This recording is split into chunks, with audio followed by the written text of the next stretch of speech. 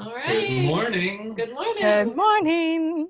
Ooh, she's got a sunshiny mug. That's pretty. This mug I chose especially for this because I wanted to do a shout out to one of our Wildwood folks who made this mug. She's a lovely potter and photographer and like super all around creative person. So I saw these mugs this spring that she made and I just had to have one. So. Yeah, Nice. no kidding. Nice. That's beautiful. A little sunshine on a cloudy day, it looks Yep. Well, welcome, Elizabeth, Liz. We are once again expanding our Get to Nova interviews across the country. So we welcome Pastor Liz this morning, and we're going to hear a little bit about her ministry and Yeah. So Good to be with you. Thank you. Thank you. Yeah, thanks for joining us. It's still morning where you are. It's afternoon here, but we're still drinking coffee. So All day. So I have my like morning coffee and then like I take a break around lunchtime and then I can like 3 o'clock. Okay, I get another coffee. And make it through to bedtime, right? That's right. We understand as also parents of a toddler that the coffee is a necessity. Yep. So Liz Ullery Swenson joins us from Olympia, Washington, where she's the pastor of the Wildwood Gathering.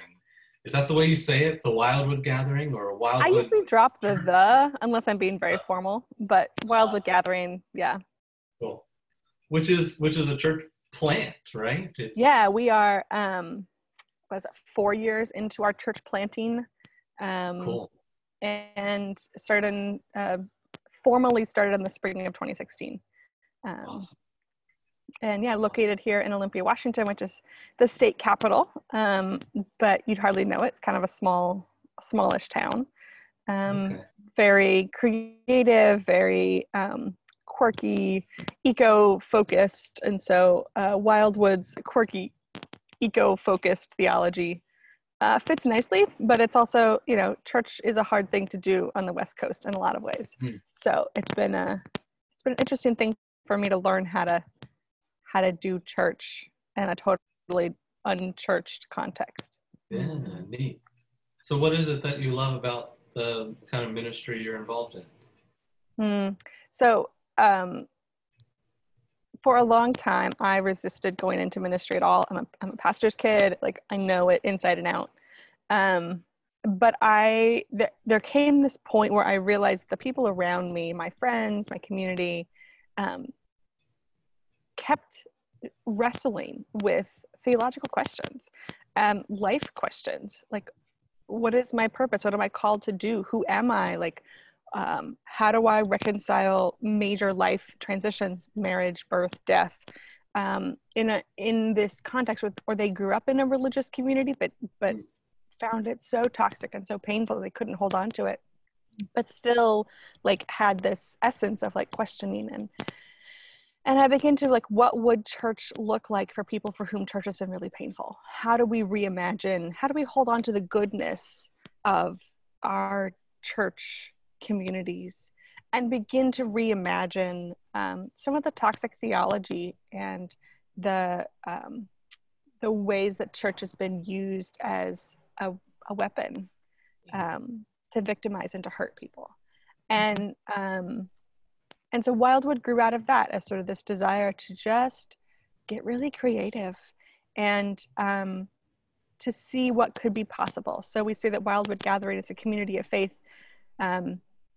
I forgot it all of a sudden. Hang on. Okay, I got my script from Sunday. I say it every Sunday for 4 years. Wildwood Gathering is a community of faith that practices radical welcome. You are invited to show up exactly as you are and exactly as you are becoming, whole and holy. No expectations, no limitations. This is a beloved community grounded in love. And then we acknowledge the indigenous land that we are on, and we light a candle as a visible symbol of the holy, dancing and flickering in our presence. May we sense the nearness of that spirit in all that we say and do. And so it's this sense of like tapping into the spirituality that is around us, the lively dancing God presence in and through all of us, and creating a space that's safe to ask questions, safe to reimagine, to recreate, to re-engage with something that we had, that for many, particularly LGBTQ folks, had sort of decided was not for us. Mm-hmm. So we have a really wide range community. We have all ages. We have people from all kinds of different demographics. We have, everyone has a different story of how they came to Wildwood and why it's important, or what their church experience has been. But it's just lovely to have everyone, when we could be in the same room together, right? Like, we haven't been in the same room together for months, but babies, toddlers playing on the floor, grandparent age folks sharing wisdom from their lives with young adults, young professional aged folks who are in all kinds of different experiences, right? I shared the mug that one of our Shelby made, and she brings her lens, and Gina brings her lens, and we have all these different experiences that come together, and I always say, like, together we each bring a reflection of the divine, a reflection of God, and so together in that room we are seeing God more fully and more wholly than we do on our own. Yeah, that's great. And this is the lens of faith that you're seeing that folks are responding to, it sounds like. Yeah. That's wonderful. So specifically at Wildwood, what are some of the exciting, interesting things that y'all are getting into, or were getting into before everything stopped? Or So we're trying our best to take advantage of some of the blessings and gifts of being online and Zoom format. So we're doing a virtual road trip this summer, visiting national parks through technology, multimedia, videos, pictures, that sort of thing, and using the sacred space of the national park as the lens that we are examining faith and spirituality. My sister happens to be a park ranger, and it is right. So it's been fun to collaborate with her, because she's worked at a number of different parks. It's each season she has to move to a different park, and so to have her bring her on the ground experience of a place, her insight into the national park system and how it works and how it functions as a unit, and just her wide experience of traveling and visiting many parks. So she gives a maybe 5-minute introduction to the park and how it came to be and what's unique about it. And then we usually find some gem, something to pull out of, to tease out of that. And then I sort of bring a theological lens. So yesterday we were at Joshua Tree National Park, and we started to talk about persistence, and what we ended up talking about was my brain is not, there's not been enough coffee this morning. We ended up talking about was resiliency. And how those two things are different, and what does it mean to be resilient in our world today, in a desert climate, and that sometimes persistence is not, we need to work on tapping into resiliency, because resiliency is connectivity. It's tapping into all of our resources. It's looking and seeing the gifts that are there, instead of just, I'm going to forge ahead with my one way of doing things, and I'm just going to be tenaciously persistent about it. I'm going to be stubborn about it, right? Resiliency is going, okay, that's not working. What are my other assets? What are my other resources? How can I remain in this place, remain with a forward movement, but adapt? Yeah. It's a strategic persistence. Yeah, right. A grounded persistence. Yeah, I like that. I might have to use that for my sermon that day. I'll give you I'm happy to share my notes. So that's been really fun, visiting all the national parks. The other thing I just started doing that I'm super loving, so my first master's degree is in Master's Library Science, and particularly in youth and children's librarianship. Okay. I also have a theater background. So taking all these little pieces, and we've started to do Wee Little Wildwood, which is my new favorite thing. And it's basically like a 15-minute, 20-minute story time for our littlest Wildwood friends.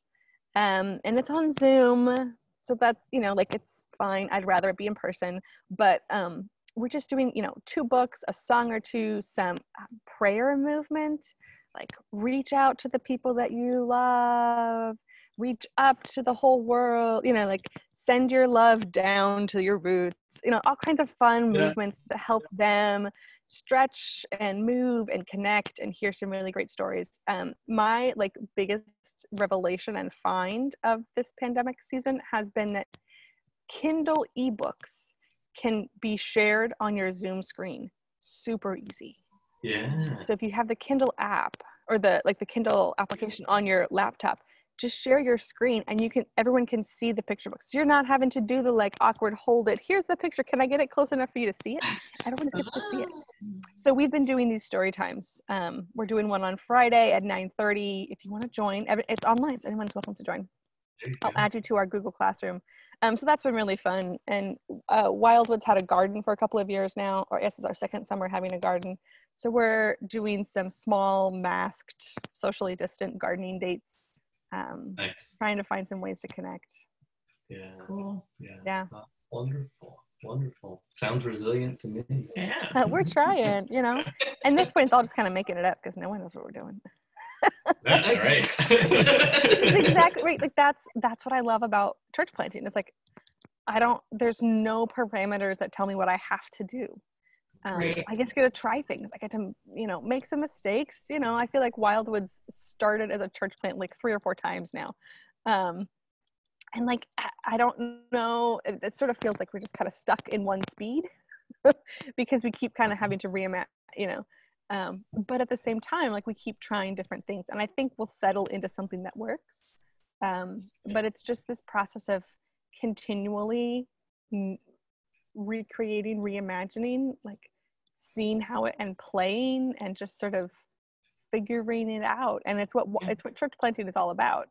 It just feels like the whole rest of churches now had to kind of catch up with us. That's right. So true. Yeah.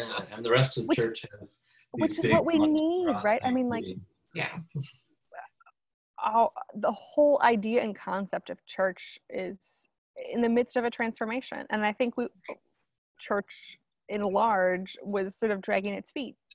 And this has just been the shove that it needed to get over the hump and okay, everything's off the table.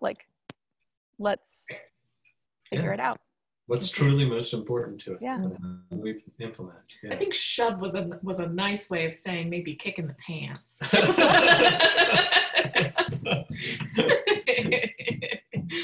Trying to stay positive, right? But I think it's what we needed. I think it's what we just had to have enough of a push to let go. Yeah. And I think there's still some resistance, but I think we're definitely headed in the right direction. And I really hope that we don't just try and go back, right? We really can't just go back. Yeah. No matter what, even when it's safe to be in the room together, everything has changed. Yep. Everything was already changing. Exactly. Yeah. This just kind of escalated it a little bit. Yeah. This is the moment of Coffee with the Pastors where there's a mild heresy spoken in our midst. Yes, this is your pop quiz, Pastor Liz. Nice rhyme. I didn't catch it. It's still Monday. I just gave away that we did this earlier in the week. It's Friday. It's Friday. Totally Friday. So this is our like Monday. That's right. It's a whole week of Mondays. So this is our pop quiz where we give you a theological word that you absolutely would have learned at seminary. Also known as we completely made it up. And we'd love to hear your definition of it.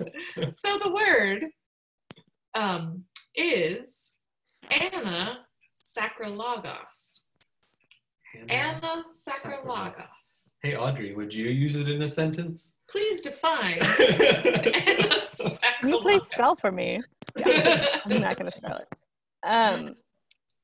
So I recall this being a word that Scott Holland used extensively.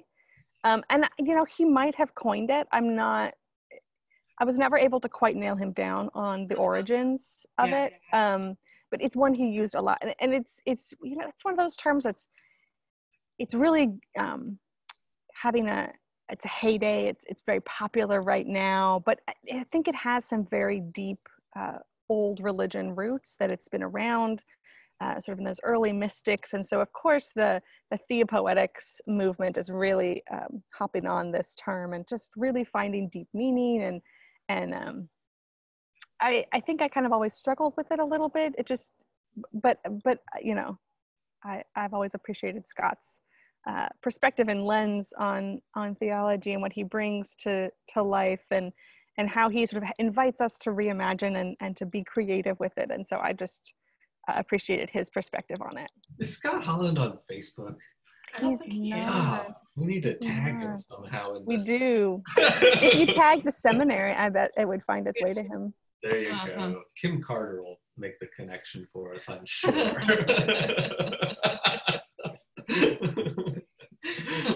Well done, Liz. If all else fails, if it's a word that you can't really nail down, Theopoetics and Scott Holland, that's your go-to. Yep. Speaking of made-up words, theopoetics. Well, yeah, right. Someone made it up. Right? At some point, it wasn't a thing, and now it is. So, right. Anna's Sakralagos is a thing. It's having its heyday. Well, it's been fun. Thank you for joining us on Coffee with the Pastors. That's right. Anytime. Thanks for the invitation. Yeah.